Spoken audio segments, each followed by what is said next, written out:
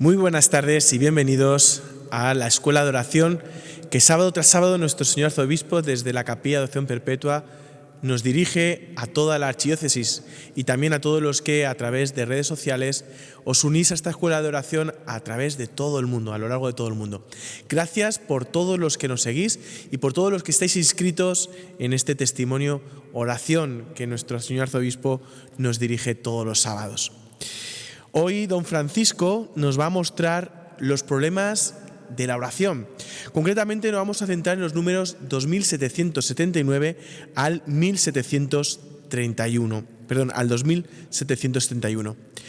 Don Francisco hoy nos va a mostrar cómo son uno de los grandes dificultades de la oración es la distracción.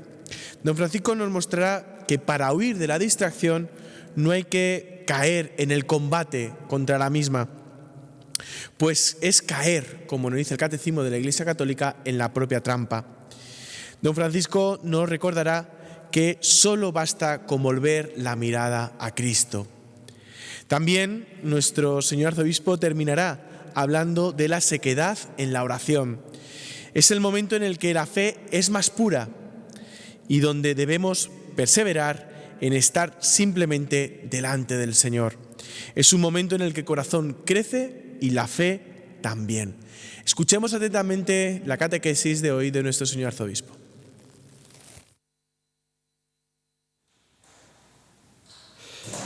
Seguimos profundizando en nuestra escuela diocesana de oración con ese lema que tenemos y que se ha hecho vida: aprender a orar orando. Escuela diocesana de oración práctica. Recordamos siempre aquello que le decía San Juan Bosco, que decía a sus chicos: a nadar se aprende nadando. Y cuando le decía cómo aprendían los chicos, pues yo les tiro al agua, decía él. Yo tiro al agua a los chicos y aprenden a nadar. Porque si no, ocurre como con la oración. Aprendemos métodos, aprendemos algunas formas de orar, pero nos faltaría un poco aprender a orar orando. Nos faltaría un poco esa dimensión fundamental en nuestra vida del encuentro personal con Jesucristo. Por eso vamos en esta escuela diocesana de oración a hablar de las dificultades de la oración. ¿Cómo podemos nosotros encarar esas dificultades de la oración? Y es muy importante porque hay mucha gente que se pone a orar, que la ha intentado muchas veces y uno tiene como la sensación de que no sabe orar. A veces me he encontrado yo incluso dando ejercicios espirituales a religiosas monásticas, a mujeres que han hecho de la oración su propia vida, su propia vocación, y que te dicen: es que yo no sé orar, es que tengo muchas distracciones en la oración, tengo muchas dificultades en la oración. ¿Cuál sería, en este capítulo que habla de la necesidad de una humilde vigilancia, cuáles serían las dificultades más comunes en la oración? ¿Por qué la oración tiene tantas dificultades y se nos presentan tantas dificultades a la hora de orar? Romano Guardini, que ha influenciado tantísimo en tantos papas, uno de los teólogos probablemente más importantes del siglo XX, alemán de apellido italiano, Romano Guardini, decía: mira, yo no sé qué tiene la oración, que cuando me pongo a orar, como os pasa a los que estáis aquí en estos momentos en la adoración perpetua, te surgen siempre 50.000 ocasiones para dejar la oración. He dejado abierta la ventana, tengo que hacer una llamada, pues eso se me había olvidado. ¿Dónde estará mi amigo? Y realmente, dice Romano Guardini, siempre hay como una especie de tentación de dejar de orar. Irte a hacer esa llamada telefónica que se te ha ocurrido en esos momentos, de cerrar esa puerta, de hacer ese recado, de tal. Luego te das cuenta que cuando sales de la oración, has dejado la oración, pero ni hiciste la llamada, o no era tan urgente, o no te contestaron, o perdiste el tiempo. Lo cual significa lo importante que es ponerse en sintonía con Jesucristo. Porque cuando hay tantas dificultades, es porque realmente es la clave de nuestra vida. Por eso comienza diciendo en el 2729 el Catecismo de la Iglesia Católica. Estamos en el combate de la oración. Veíamos el sábado pasado las objeciones a la oración y ahora vamos a ver la necesidad de una humilde vigilancia para orar bien. Y vienen estos 3 números que vamos hoy a comentar frente a las dificultades de la oración. En el 2729, comienzo leyendo, dice: la dificultad habitual de la oración es la distracción. Eso te lo dice mucha gente. Me pongo a orar y me distraigo. Eso que decía antes, ¿no? Tengo tantas cosas que hacer, o estoy pensando en la cocina o en la comida, o estoy pensando en mi trabajo, o este problema que tengo, qué le digo a aquella amiga. Estoy muchas veces en mi corazón, cuando estoy allí, muchas veces estoy, como decíamos, inventándome en el corazón cantidad de discursos, de cosas que luego nunca las digo. Pero me he pasado toda la oración distraído, hablando conmigo mismo prácticamente, en vez de hablar con Dios, ¿no? En la oración vocal, la distracción puede referirse a las palabras y al sentido de estas. Por eso cuando rezamos el rosario, en el rosario es muy fácil que nos distraigamos, ¿no? Siempre se cuenta aquella anécdota de aquel santo y uno que no era tan santo, que era un hombre más bien, y que le decía al santo, el santo le decía con mucha humildad a aquel hombre: yo me distraigo mucho en la oración, me pongo a rezar, decía el santo, y en la oración, sobre todo el rosario, tengo muchas distracciones. Y el otro le decía: pues yo no me distraigo nunca, ¿cómo no te vas a distraer si se distrae todo el mundo? Decía aquel otro hombre que no era tan santo al que era santo: pues yo no me distraigo nunca. Y dice: bueno. Dice: ¿quiere usted que nos juguemos a ver quién se distrae antes o después? Vale. Vamos a jugar. Quien gane regala al otro un burro. El otro, vale. Y van pasando un tiempo en el rosario. Y ya el que decía que nunca se distraía le dice al santo: oye, y estoy pensando desde el primer momento del rosario si el burro que voy a ganar me va a ser blanco o negro, porque me lo vas a ganar tú, porque dice que no se distraía, tuvo todo el rosario. Es decir, la distracción forma parte de que nuestra vida está fragmentada y está disipada, por mucho que queramos. Es una sociedad y un mundo que nos cuesta mucho la concentración. Por eso en la oración a veces nos distraemos. Y puede haber, como decía Raymond en aquel famoso libro 3 monjes rebeldes, puede haber oraciones distraídas que entusiasmen el corazón de Dios. Puede haber oraciones distraídas que entusiasmen el corazón de Dios. O sea que una oración puede ser distraída y agradar a Dios, como una oración puede ser aparentemente muy concentrada, pero estar solamente en mi propio yo y no salir de mí mismo.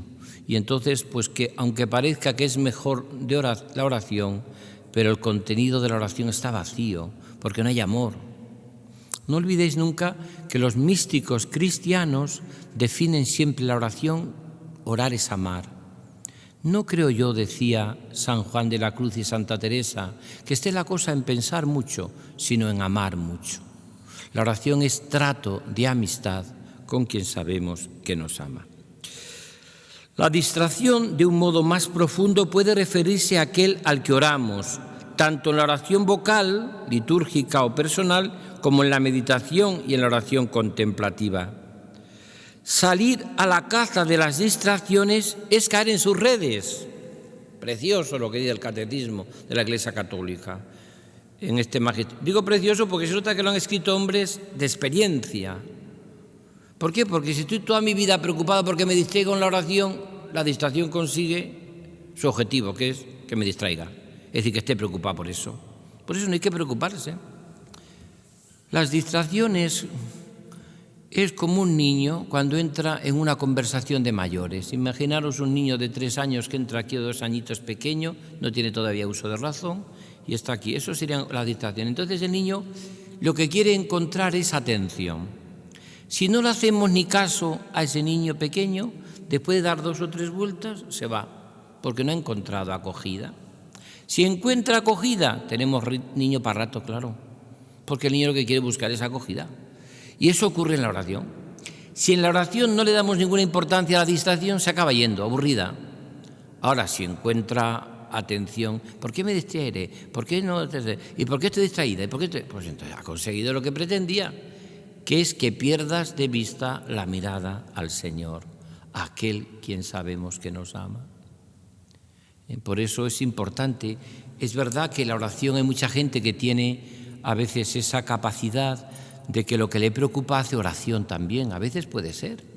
Y entonces lo que estoy preocupado, lo que hago es presentarle al Señor mis preocupaciones, mis problemas, mi dolor, mi sufrimiento. Señor, estoy aquí contigo, me distraigo, no siento nada, me aburro, pero te quiero mucho y mira, te quiero pedir por este problema. Estoy distraído porque está haciéndose ahora mi hija pues un chequeo y estoy preocupada por ella, o es que ahora me han dicho en el trabajo que a lo mejor tienen que reducir la plantilla. Se entiende que esas distracciones, ¿no?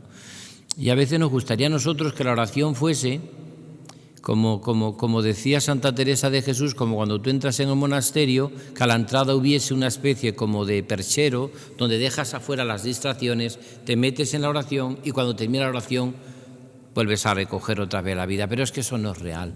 Las distracciones entran contigo también y tus preocupaciones, porque tú cuando oras con tu vida, con tu sentimiento, con tu ser, con todo lo que tú eres. Ojalá pudiésemos ir a la oración y a estar a solas con el Señor y no distraernos porque estamos tan centrados en Él. Pero fíjate que existe una oración también de intercesión que es por los problemas que tenemos. Por eso decía el texto del Evangelio, ¿cómo el Señor no va a escuchar a aquellos que oran de día y de noche, como hacéis vosotros aquí en esta adoración perpetua? Aquí hay oración de noche y día. ¿Cómo el Señor no va a escuchar a aquellos que oran de día y de noche? De día y de noche. Es un texto que dice el Evangelio. Entonces es normal que a veces pues, nos distraigamos, o que a veces estemos como en babia, o que a veces... Pero incluso a veces esas distracciones, pues puedo convertirlo hasta el sueño cuando rezamos las completas. Convierte nuestro sueño, Señor, en una humilde alabanza. Pues convierte a veces también nuestras distracciones y nuestras preocupaciones en una humilde petición de intercesión. Pedimos por lo que nos preocupa, pedimos por lo que nos distrae, pedimos porque cuando vamos a orar, pues llevamos toda nuestra vida, todo nuestro ser. El Ave Pierre, el fundador de los traperos de Emmaús, decía, es que yo cada vez que llamo a Dios Padre, Él siempre me pregunta, ¿dónde están tus hermanos? Claro, orar es siempre, en nuestra propia vida, oramos con todo nuestro ser. Ojalá a veces pudiésemos dejar a un lado preocupaciones, distracciones, lo que nos preocupa, pero a veces es muy difícil, porque a veces también nosotros pues tenemos y oramos con todo nuestro cuerpo, con la pesadez, si hemos dormido bien o hemos dormido mal, si no hemos descansado, si tenemos problemas, ¿no? Por eso, fijaros, subrayar esto, lo que nos estáis viendo a través del canal diocesano y escuchando a través de Radio Santa María, y todos los miles que nos seguís a través de YouTube, pensad un momento, teniendo el Catecismo de la Iglesia Católica, subrayar esto, del 2729, salir a la caza de las distracciones es caer en sus redes. Preocuparse por estar preocupado es caer en sus redes. Que me preocupe tantísimo si me distraigo o no me distraigo es caer en sus redes, ¿no? Por eso la distracción descubre al que ora aquello a lo que su corazón está apegado. Claro, pues está preocupado o apegado, también es verdad. A veces muchas de las preocupaciones que tenemos, por eso los santos han dicho, y es muy bonito, pero no es tan fácil, un cristiano tiene que tener ocupaciones, pero nunca preocupaciones. Claro, es verdad. Pero a veces qué difícil, es verdad, que las ocupaciones no se conviertan también en preocupaciones, ¿no? La familia, el trabajo, tu vida, pues a veces también son preocupaciones. Esta humilde toma de conciencia debe empujar al orante a ofrecerse al Señor para ser purificado.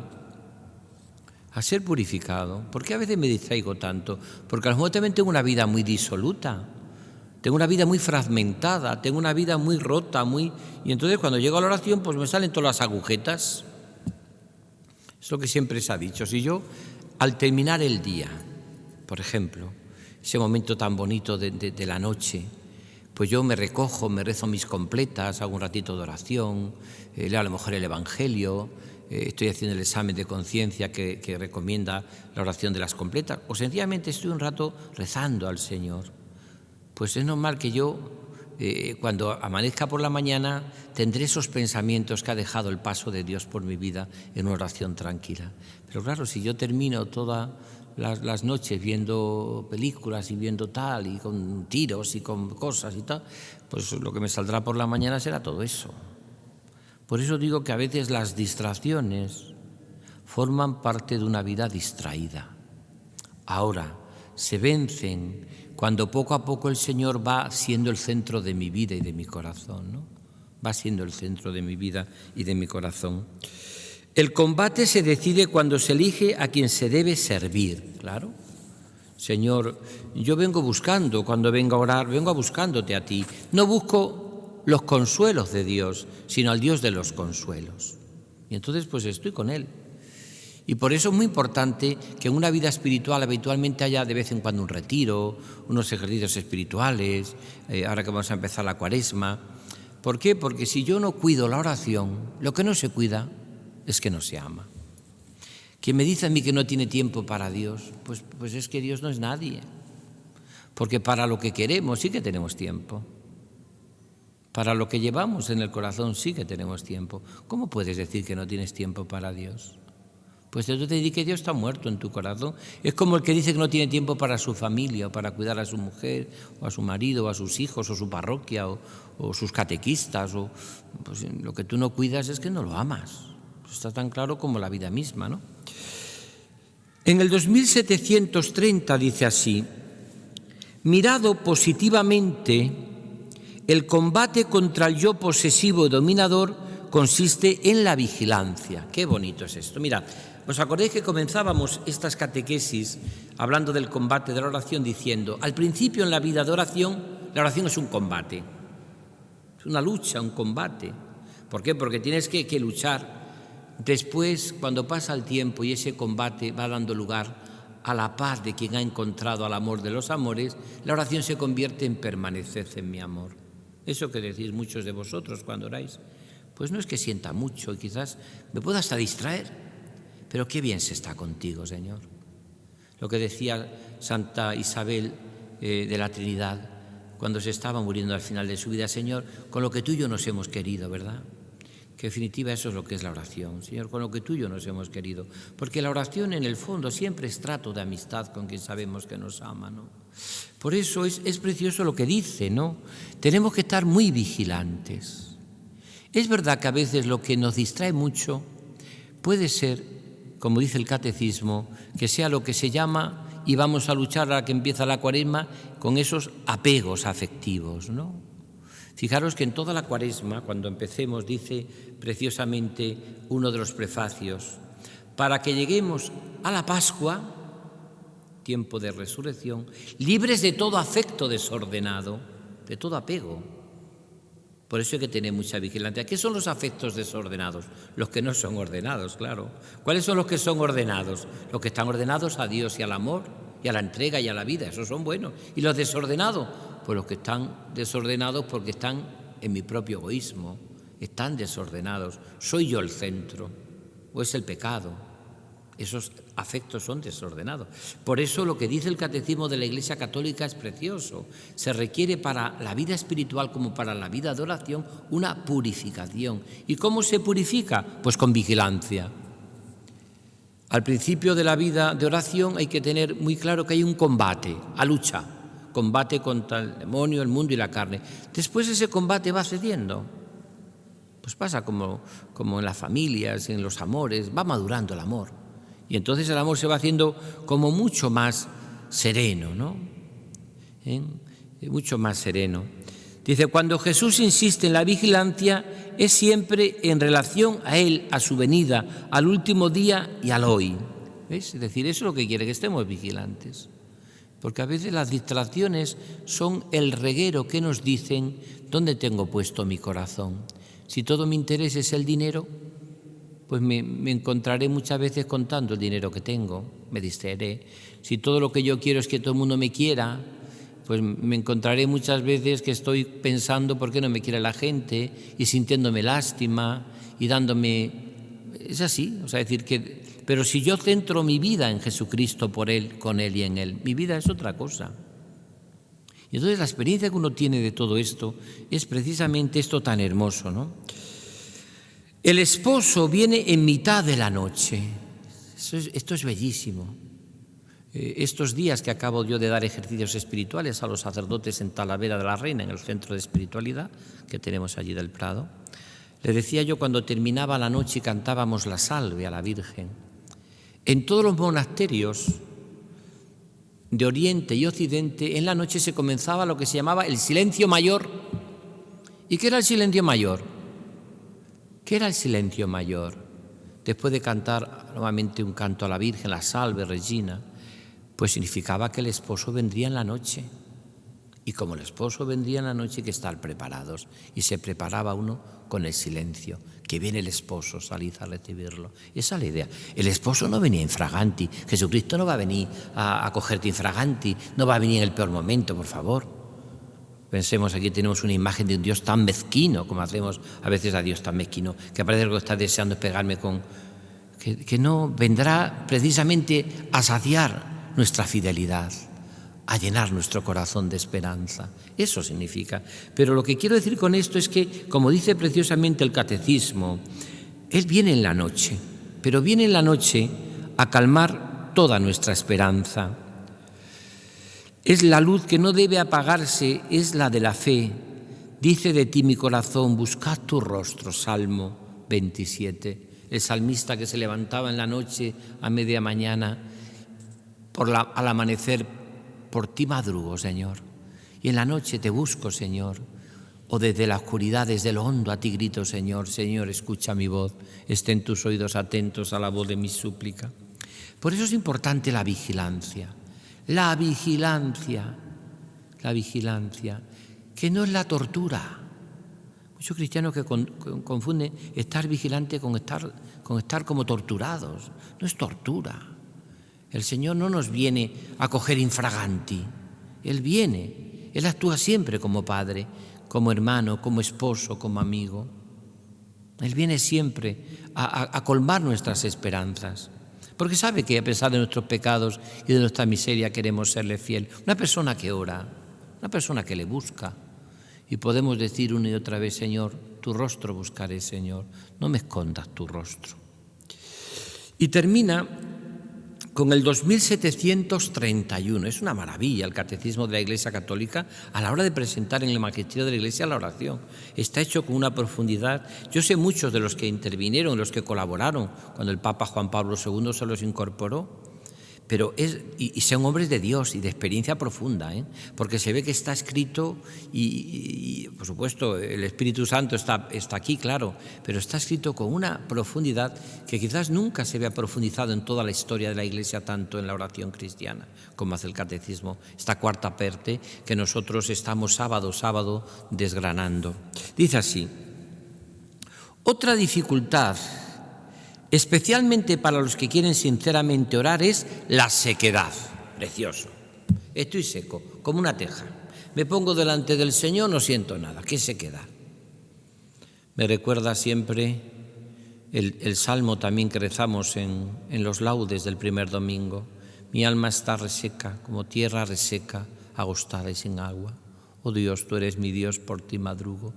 Mi alma está sedienta de ti, mi carne tiene ansia de ti, como tierra reseca, agostada, sin agua. Mirad qué es la sequedad, que forma parte de la contemplación en la que el corazón está seco, sin gusto por los pensamientos, recuerdos y sentimientos, incluso espirituales. No se siente como seco. Normalmente es lo que se llama a nivel, para hablar en el lenguaje no místico, sino en el lenguaje del hombre de Dios, que utiliza el lenguaje sencillo, como lo utilizaba, por ejemplo, el hermano Rafael, que es un místico, pero con el lenguaje de hoy. El hermano Rafael no te va a hablar de sequedad, pero te va a decir, estoy en la oración pasándolo canuta. Lo entendemos todos. Estoy pasándolo mal, porque es que no siento nada. Parece que Dios se ha ido de mi vida, ¿no? O es lo que también te dice muchas veces la gente, es que estoy más seco, es que estoy aquí delante del Señor y no siento nada. Esa sequedad, ¿no? Que forma parte de la contemplación en la que el corazón está seco, sin gusto. Es el momento en que la fe es más pura, porque no buscamos más que estar con el Señor. ¿Qué más da, Señor, conectar con el Tabor y estar vida, dulzura y alegría? O conectar con Getsemaní y estar y no sentir nada y sentir oscuridad. ¿Qué más da? Si estoy contigo, contigo y como tú, como decía San Ignacio en los ejercicios espirituales, contigo, Señor, y como tú. ¿Qué más da? Es el momento en que la fe es más pura, la fe que se mantiene firme junto a Jesús en su agonía y en el sepulcro. El grano de trigo si muere da mucho fruto. Si la sequedad se debe a falta de raíz, porque la palabra ha caído sobre roca, no hay éxito en el combate, sino una mayor conversión. Vuelvo a repetir esto porque es muy sabio. Dice, si la sequedad se debe a falta de raíz, ¿os acordáis de la parábola del sembrador? Se siembra la parábola y hay uno que cae donde no hay raíz, entonces se seca. Si el grano de trigo sí muere da mucho fruto, si la sequedad se debe a la falta de raíz, porque la palabra ha caído sobre roca, no hay éxito, no puede. En el combate, sin una mayor conversión, eso sí es una mayor conversión. O sea, es decir, si ha caído la roca de nuestro corazón, lo que hay que hacer es pulverizar esa roca y con el agua del Espíritu Santo hacerla que pueda la semilla irse metiendo para que pueda fructificar. Por eso es muy importante saber si la sequedad es porque soy muy superficial a veces también en la oración. Y por eso yo aconsejo a todos los orantes, a todos, que cuando se pongan a hacer oración, lo que deben de hacer es siempre tener resortes, como cuando hace unos ejercicios espirituales, un retiro. Uno no puede ir a la oración a lo que salga, porque cuando no salga nada estará en crisis tu oración. Como decía aquella, dice yo, cuando voy a la oración, si sale con barba, San Antón, si no, la Purísima Concepción. Pues eso no, oración es eso. Uno tiene que ir a la oración, pero tiene también que tener una preparación.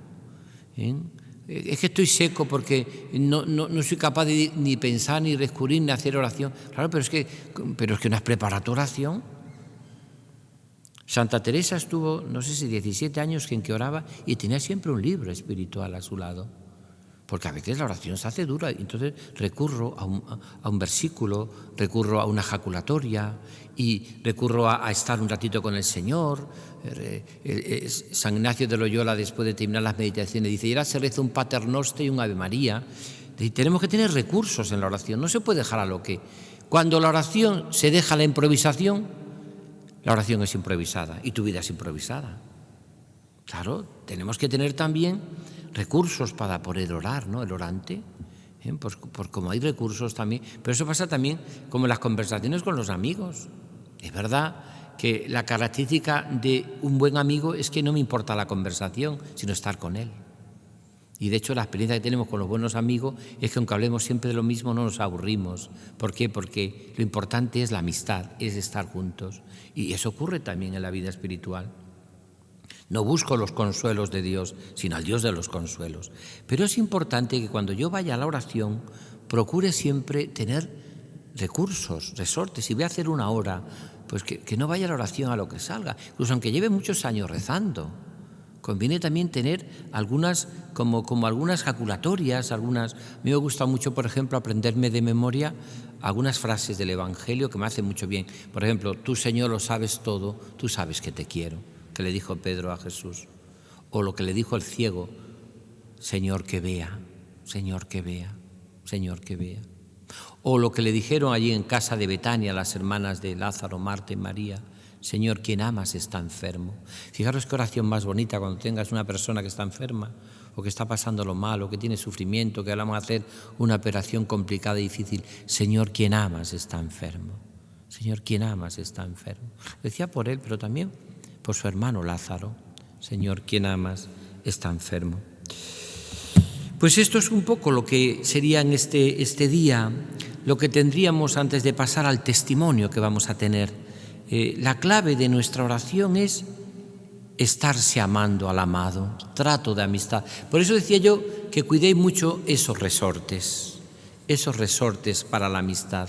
Cuidar mucho esos resortes que en cierta manera cuando nosotros vivimos en estos resortes de la amistad, pues nuestra vida se transforma y se cambia.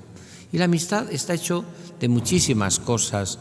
La amistad se vive y se fragua en muchos momentos, pero sobre todo se vive con el gozo, la alegría de quien ha conocido el amor de los amores. Por eso termino diciendo, necesidad de una humilde vigilancia frente a las dificultades de la oración. La primera, las distracciones. Ante la distracción, no hacerle caso, sino continuar centrando el corazón en el Señor. Ante el combate, la vigilancia. Hay que vigilar. Y la dificultad de la sequedad, que nuestro corazón sea regado, esa sequedad, por la fuerza, el amor del Espíritu Santo, para que el Señor vaya por su Espíritu Santo haciendo que la roca que se vaya convirtiendo como en arcilla cremosa, donde el Señor pueda ir haciendo su obra de amor en nosotros. Creo sencillamente, quiero disfrutar de la serenidad del creer, desligar el creer del sentir. Creo, mi Dios, y basta. Te creo en tus misterios sin entenderlos. Te creo en mí y en el pan blanco, en el prójimo y en la creación, sin ver de ningún lado.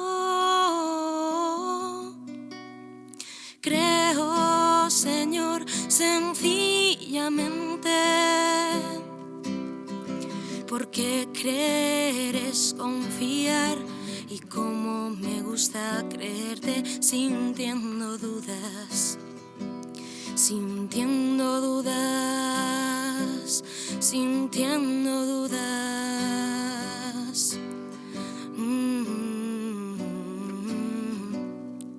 Digo que eres amor, escucho que soy tu amado.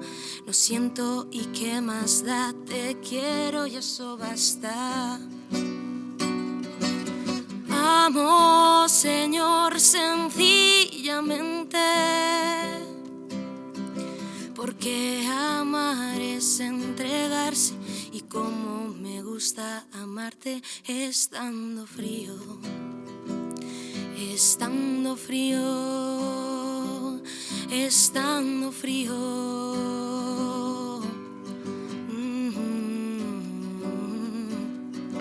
Espero en tu palabra, vivo en tu promesa, gozo en ti.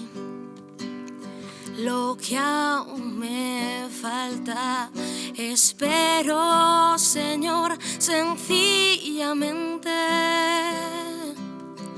porque esperar es descansar, y como me gusta esperarte sintiendo miedo, sintiendo miedo, sintiendo miedo.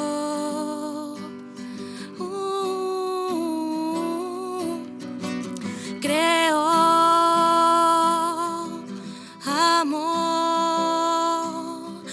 espero.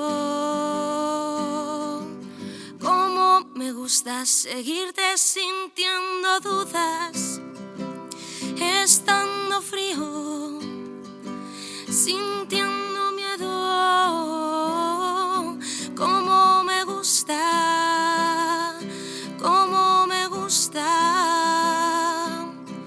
creerte, amarte y esperarte. Sigo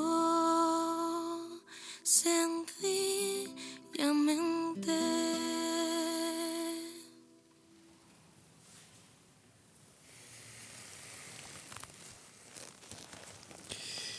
Qué bien ha cantado María Díaz.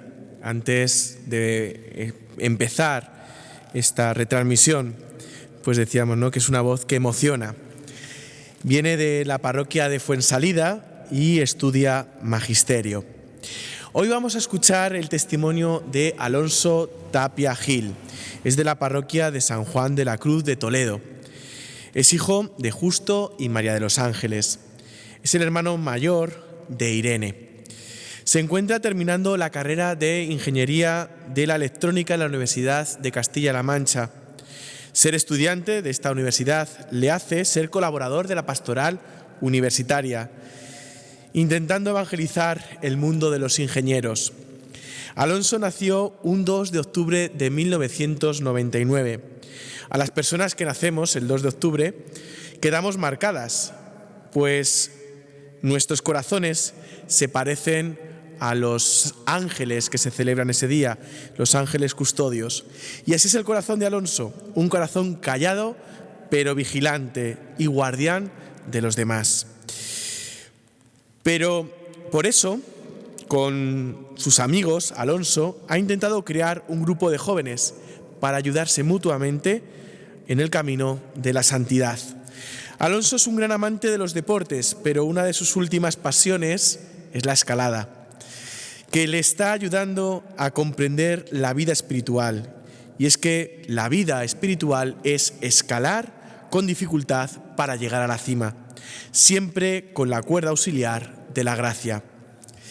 Y es que uno de sus objetivos es la victoria, conseguir el laurel, la corona de laurel de la santidad, esa corona de gloria que no se marchita, corona que tiene tatuada en su brazo.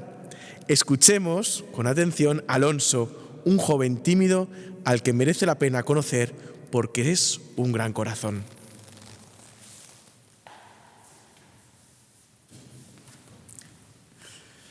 Muchas gracias, Alfredo. Buenas tardes, mi nombre es Alonso y tengo 22 años y tuve la suerte de nacer en Toledo en el seno de una familia católica practicante. Y digo suerte porque cuando eres un niño, la fe que tienes se basa principalmente en la fe que hay en tu casa, en la fe que se han preocupado de transmitirte tus padres. Y tengo que agradecerles a mis padres, entre muchas cosas, el haberme dado el grandísimo regalo de la fe. Ya que desde muy pequeño mis padres se preocuparon por transmitirnos los valores de la fe católica a mi hermana y a mí, y trataban de que viviéramos mucho la fe en familia, yendo a misa juntos todos los domingos, bendiciendo la mesa siempre antes de cada comida y rezando por las noches juntos antes de irnos a dormir. Crecí teniendo la fe de un niño, la fe y la relación de Dios de un niño. Me gustaba y creía que era algo bueno, aunque no lo terminaba tampoco de entender demasiado y tampoco le daba yo muchas vueltas. Hice la comunión el 18 de mayo de 2008. La primera vez que recibí al Señor fue algo especial para mí. Aunque no terminaba de comprenderlo, fue algo que me gustó. Y ese mismo curso entré en los Seises, que es el coro de niños de la catedral, y es algo que me ha marcado mi vida, porque durante los 6 años que lo fui, no solo aprendí muchísimos valores, sino que el hecho de ir todos los fines de semana a cantar la misa de los sábados y los domingos, aunque no siempre me apeteciera y no siempre fuera algo que me entretuviera, hicieron que mi vida poco a poco fuera estando más ligada a la fe y fuera entendiendo y viviendo más las cosas. Fue durante estos años donde empecé a tener más relación con la oración, ya que antes de la misa de los sábados por la tarde, en la que cantábamos en la catedral, se rezaba siempre el rosario, y aunque a veces se hacía largo, era algo que me gustaba y que recuerdo con cariño. Fueron pasando los años y comencé a ir a catequesis de confirmación. aunque la mayoría de los días no hacía demasiado caso porque mi preocupación principal era pasármelo bien con los amigos que allí tenía. Pero poco a poco me fui preparando hasta que me confirmé. Al terminar la confirmación, tuve la suerte de que se formó en San Julián un grupo de jóvenes para los que nos acabamos de confirmar. Y digo suerte porque hubo por dos motivos. El primero es que conocí a gente increíble que me ha ayudado muchísimo en mi vida, tanto espiritual como personal. Y algunas de esas personas hoy en día son de mis mejores amigos. Y en parte, si hoy estoy aquí, es gracias a ellos. Y el segundo motivo es que en ese momento de mi vida de oración y de fe empezaba a ser más algo a nivel de comunidad que a nivel personal. Y si no llega a ser por ese grupo, poco a poco la habría acabado perdiendo, como terminó pasando tiempo más tarde. Y es que estos años me ayudaron a seguir formándome en la fe, pero poco a poco fueron pasando los años y el grupo se fue separando hasta que en segundo de bachillerato casi todos nos habíamos ido. Y es que durante los primeros años de mi adolescencia yo había sido un niño con varias inseguridades y era muy tímido. Pero poco a poco fui ganando confianza y empecé a superar estas inseguridades y empecé a darle más importancia a encajar y no quería que me juzgaran o me rechazaran por juntarme con gente que iba a misa o que rezaba. Y los sábados por la tarde me apetecía más salir con mis amigos y pasármelo bien que ir a un grupo a hablar de Dios. Así que dejé de ir al grupo y mi relación, que no era mi relación con Dios, que no era la más fuerte del mundo, empezó a deteriorarse, hasta limitarse a confesarme una vez cada varios meses, rezar muy de vez en cuando y solo cuando necesitaba algo, dar gracias cuando me acordaba, ir a misa los domingos y muchas veces solo por cumplir. Comencé la carrera y durante los primeros años mi relación con Dios cambió ya definitivamente. No había dejado de creer en Él, pero era un Dios hecho a mi medida, con el que tampoco hacía mucha falta que fuera a misa solo para cumplir, porque para eso pues no iba, y que bastaba con lo que yo creía que era ser una buena persona. Por este tiempo mi relación con Dios se limitaba a eso, a ir a misa a acompañar a la chica con la que salía y cuando no podía ella pues no iba, e ir a alguna peregrinación a regañadientes en la que sí que es verdad que me ayudaban mucho y disfrutaba muchísimo, pero eran un subidón para mí, pero al volver a mediodía ese subidón desaparecía casi al momento. En mi segundo o tercer año de carrera, no recuerdo bien cuándo, gracias a la insistencia de uno de mis mejores amigos, empecé a ir a la pastoral universitaria, donde conocí a un sacerdote increíble que me ha ayudado muchísimo y poco a poco me empezó a hacer volver a tener contacto con el Señor, aunque seguía siendo un contacto muy pobre. Durante este tiempo yo sentía un gran vacío en mi vida. Pensaba que lo tenía todo y que estaba todo bien y en ese momento no tenía ni problemas ni nada y estaba feliz, pero era una felicidad muy vacía y nada me llenaba y empecé a sentir mucho vacío y desesperanza. Hasta que gracias a la insistencia de dos de mis mejores amigos y de este sacerdote de la pastoral universitaria hice el retiro de Feta y allí verdaderamente me encontré con Dios. Y me di cuenta de que aquel vacío que sentía, aquello que llevaba tanto tiempo buscando, era lo que tenían aquellos chicos que tenía delante de mí, esa felicidad que solo te da Dios y que era lo que yo buscaba. Desde entonces mi vida ha cambiado radicalmente. Ahora sé y siento que Dios me ama por encima de todas las cosas. A día de hoy, por ejemplo, para mí es fundamental tener un director espiritual y también me he juntado, como ha dicho Alfredo, con unos amigos y creamos un grupo de jóvenes para poder vivir y profundizar la fe juntos. Voy a misa casi a diario, aunque todavía me queda perseverar bastante hasta conseguir que no me venza la pereza y lograr ir a diario. Procuro dar las gracias al Señor a diario por todo lo que me ha dado en la vida y todas las personas increíbles que ha puesto en ella. Me confieso con muchísima más frecuencia, intento rezar antes de dormirme, aunque no siempre lo consiga y a veces pues, me vence la pereza o el sueño o no me acuerdo. Y siempre que me acuerdo, ofrezco mi día al Señor y lo pongo en sus manos. Todas las cosas que me pasen en Él, sean buenas, malas, lo que sea. Y además, últimamente, siempre que puedo, me gusta ir delante del Santísimo expuesto, aunque sea simplemente para estar de rodillas, mirándolo en silencio y sin decir nada y sin pedirle nada, simplemente mirándolo. Y esos momentos delante del Señor me dan muchísima felicidad y muchísima fuerza para afrontar todo lo que me pide. En definitiva, mi fe y vida de oración ahora es mucho mayor que antes, pero tengo claro que me queda muchísimo por perseverar y muchísimo por mejorar. Y aún me falta muchísimo por formarme, por vencer la pereza que muchas veces hace que no me acuerde o no me apetezca o deje la oración para otro momento que nunca acaba llegando. Pero bueno, poco a poco espero seguir perseverando y aumentando mi fe. Y ahora ya no creo que buscar la santidad sea solo algo de curas, de monjas o de gente rara, sino que también es algo para mí. Muchas gracias.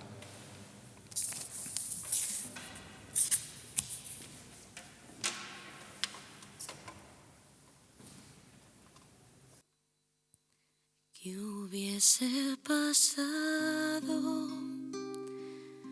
si ella hubiese dicho que no, o ignorado, o dilatado el anuncio de su ángel de amor?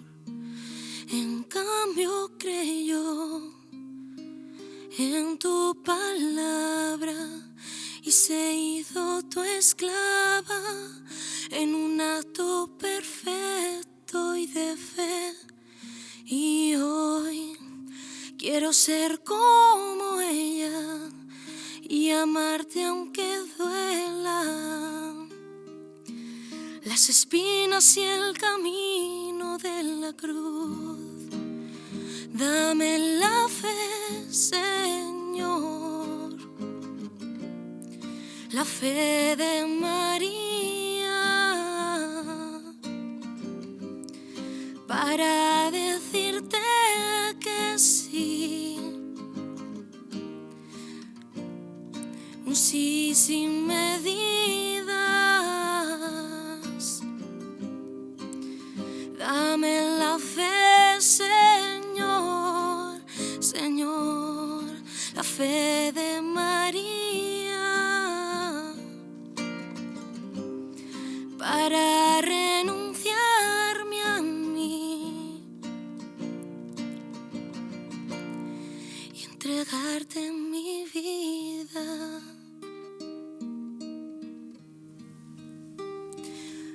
Aunque traspasaron con una espada su corazón y su alma lloró el dolor de tus heridas, a los pies del madero se quedó.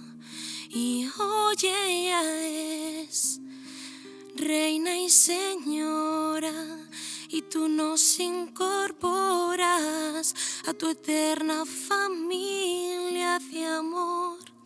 Y yo en tu amor quiero permanecer, postrado a tus pies.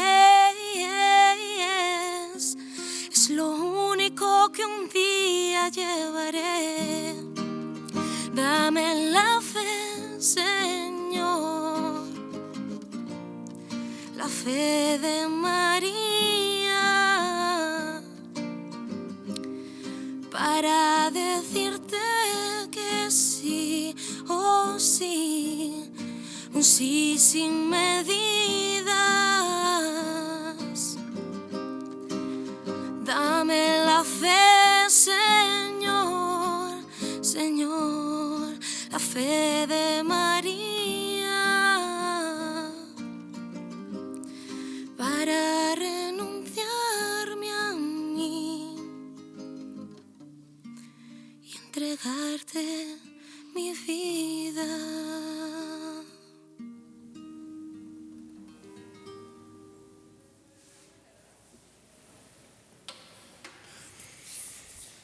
Pues intentemos, ¿no?, vivir nuestra vida intentando combatir pues esas dificultades de las que nos ha hablado don Francisco y también de las que nos ha hablado Alonso en su testimonio.